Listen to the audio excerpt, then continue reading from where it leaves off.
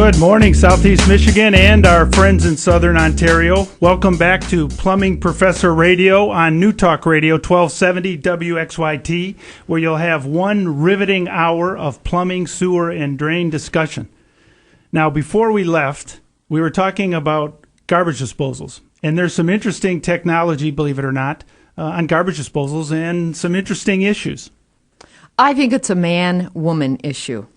John from Warren, thanks for the question because this is a hot button for me. Here's my problem. I talk to our plumbers, and the plumbers always used to say, it's not a grinder. You can't just put any kitchen waste down it and expect it to work. They say no coffee grounds, no grease, no hot water, no onion skins, no rice, no pasta, no bleach, no drain cleaners.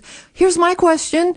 What can I put down my garbage disposal? Well, Wendy, that question has changed over the course of the last few years. You know, the old disposers had one grinding position. You turn on the switch and there are a couple toggle bolts in there. They cut up the food and then it goes down. Well, then we were getting phone calls where people would put pasta down there. Well, pasta doesn't really grind. It kind of gets mushy. Or potatoes, mashed potatoes. That stuff goes down your drains and then it'll clog it up. And with, a lot of what you put down the disposer also depends on how old your home is or how well you maintain your pipes.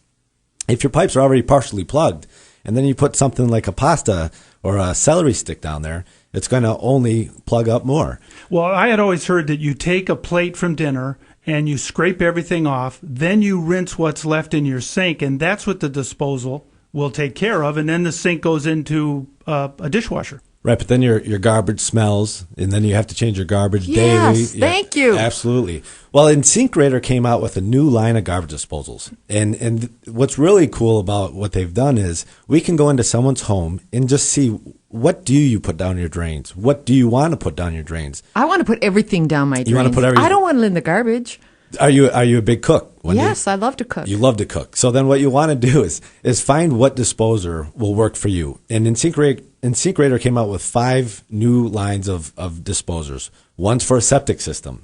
Back 5 years ago, you would never want a garbage disposal on a septic system. Right. Well, now they have one where they actually mix a product similar to our drain maintenance treatment, or DMT, that will help break down the solids, and now you can put that kind of stuff down. Oh, see, that's good systems. to know, because my sister-in-law is on a septic system and she doesn't have one. So, but guys, what does the average person do that has a garbage disposal already that doesn't have this new technology? What should be a rule of thumb for them that makes sense with food? Well, you don't want to put anything stringy down there. Now, the new disposers, and folks, this isn't a $2,000 investment. They're really affordable. And how long have you had your garbage disposal? And is it still working? If a lot of people think, well, it's running, well, then it's working. Well, that's not necessarily the case. So ask the questions. What do you want to put down there? Are you a person that puts celery down there? But Matt, bones. You and I differ on this. If I want to buy an iPhone instead of a new garbage disposal, what do I do as far as today when I go home and have dinner? How should I treat that plate of leftover food with an old disposal that I own already? With an old disposal that you have, you want to stay from anything that is stringy or like anything that you can mash. If you can mash it and it doesn't chop up, don't put it down there. Okay. Stay away from the bones, because what happens in the disposers 5 years ago, unless you have a really, really nice one, it's going to jam or it's going to plug, or like the question earlier, it doesn't work. Well, so orange peels, can I put orange peels down? Orange peels, I would say is okay. See, because I like how they smell. Well, they are. There's natural oils in orange peels, not only the fragrance, but if you use some of the contractor solvents that are out there that are billed as safe, those have orange peel oils in them. So that's really good for your disposal. It's also good for your whole drainage system downstream. It's understanding what kind you have now. What's the horsepower? What's the name on it? And they're really identifiable. You can look underneath your sink and see, okay, I have a Badger 1. Well, that is one of the models that you shouldn't put a whole lot down there. Now, if you see a Pro 77 or an Evolution series, then you could put a lot more down there. And you can find all this information out at Ferguson.com.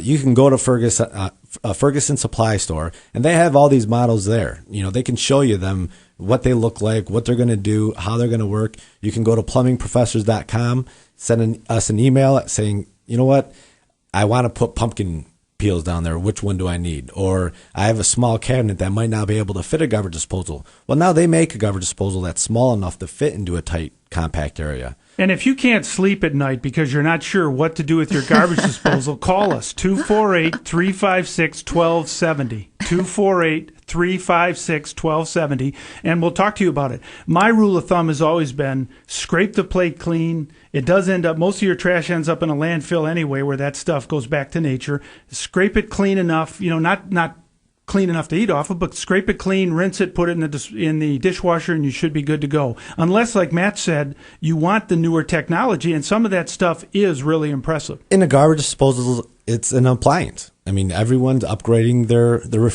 refrigerators to do everything from making ice to bottom drawer freezers, Sub-Zero ranges and refrigerators, and you have Viking. I mean, people are spending some money on their kitchens. You might as well put the better garbage disposal in there so you can put anything down there and not have to worry about it. Honey, guess what I need?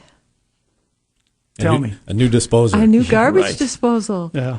Yeah, if people understood what options are out there, and that's what we do at Plumbing Professors, we give you the options. We let you know what the new technology is. We're not going to come to your home and just put in what you have. We'll say for an extra $50, you can upgrade so you can put anything down your disposer. And I know that people would like to hear about that. You're listening to Plumbing Professor Radio on New Talk Radio 1270 WXYT. You can call us with questions directly, 248-356-1270. You can talk right to experts. Guys, we had a email from Joel in Novi that we received this week, and Joel says, is it true that you have to winterize your underground sprinklers? This is my first home, and I'm getting advice from every direction. Yes, you do need to winterize your sprinkler systems. Any pipe with water is no different than putting a can of pop in a freezer. And when that liquid freezes, it expands and then breaks that pop can inside the freezer. Well, your pipes will do the exact same thing. If they freeze and that water starts to expand, you're going to have all kinds of problems in the spring. And same with outside faucets. If you leave a hose hooked up to that faucet all winter long, there's water in that hose and it has nowhere to go when that faucet's off. That's going to burst and pop, and in the spring, you're going to have all kinds of a mess. So, Joel, the only place you want ice is in your drink. Yes. Yes, absolutely. And ice, water is very powerful. You see that when cars are floating down a street, when you see those cities that have terrible floods. When it freezes, that power is still there, and it can lift concrete slabs. It cracks up expressways. It's very damaging, so it's really critical that your hoses are disconnected, that you blow out your sprinkler system. Now, you don't need all the water out of any of that stuff. You just need to get the vast majority of water out so that whatever's left has room to expand. And smart, they'll always have a professional company come out and blow your sprinkler system out the first time so you can see. A little pancake compressor hooking up to your sprinkler system is not going to be powerful enough to get all that water out. Let's talk to Kurt from Plymouth. Good morning, Kurt.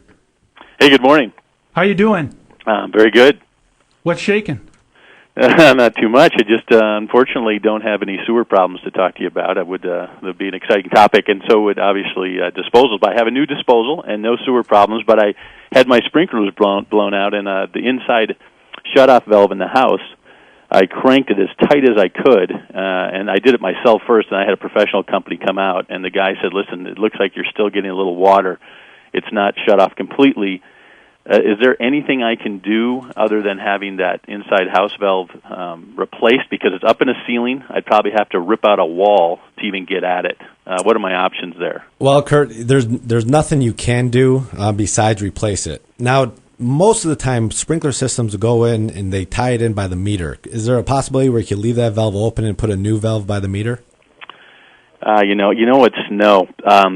It's really a bad design, I guess. I'm probably stuck here because the valve is almost right at the house, right at the edge of the house where the pipe goes right out. I probably seriously have 4 inches of space between where it goes out to the outside of the house and the inside. So they didn't put it in a very good location. Well, Kurt, we're right up against a break. If you could sit tight, we'll help you out when we come back. How's that sound? Okay, great. All right, great. You're listening to 1270 WXYT.